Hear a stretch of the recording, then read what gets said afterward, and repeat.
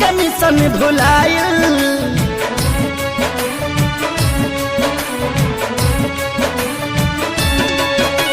छूट गईल धभाइल मंगल चांद के मिशन भुलाइल। कुदरत के आगे देखा विज्ञान भी बौना हो गईल। भगवान के हाथ के कठपुतली इंसान खिलौना हो गई। भगवान के हाथ के कठपुतली इंसान खिलौना हो गई।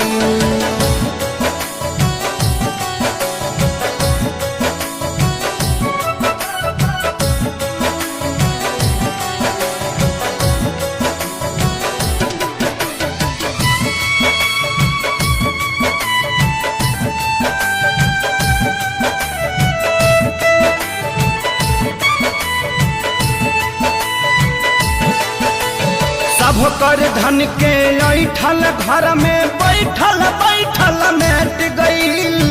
बड़का बड़का वीर भूपति के विपत्ति से जब भेंट भइल।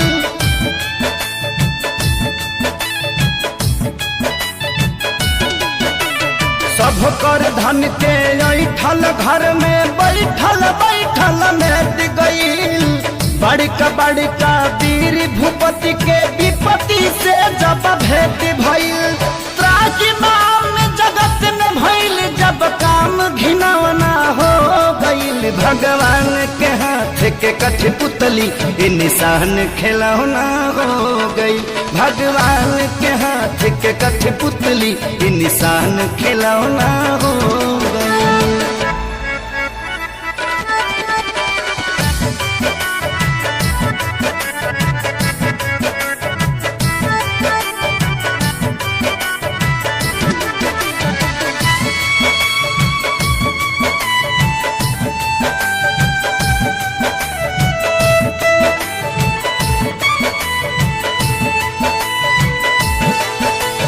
माथी पकैसन मौत नाचे देखनी जब नजार हो।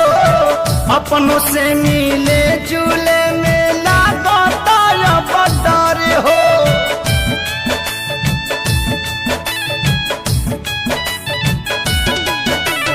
माथी पकैसन महुअत नाचे देखनी जब नजार हो। अपनों से मिले जुले में लागता अब डर हो।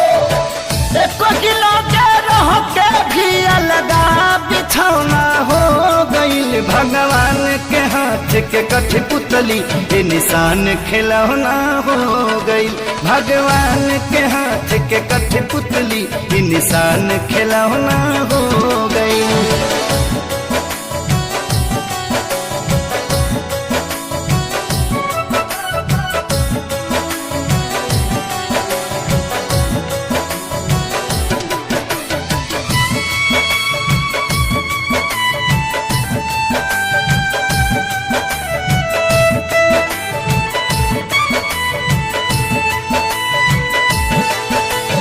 राजा के हथवा जोड़त देखनी प्रजा से करत गुहार हो। इहे देखी जिंदगी के लागल का बाकी मत हमार हो।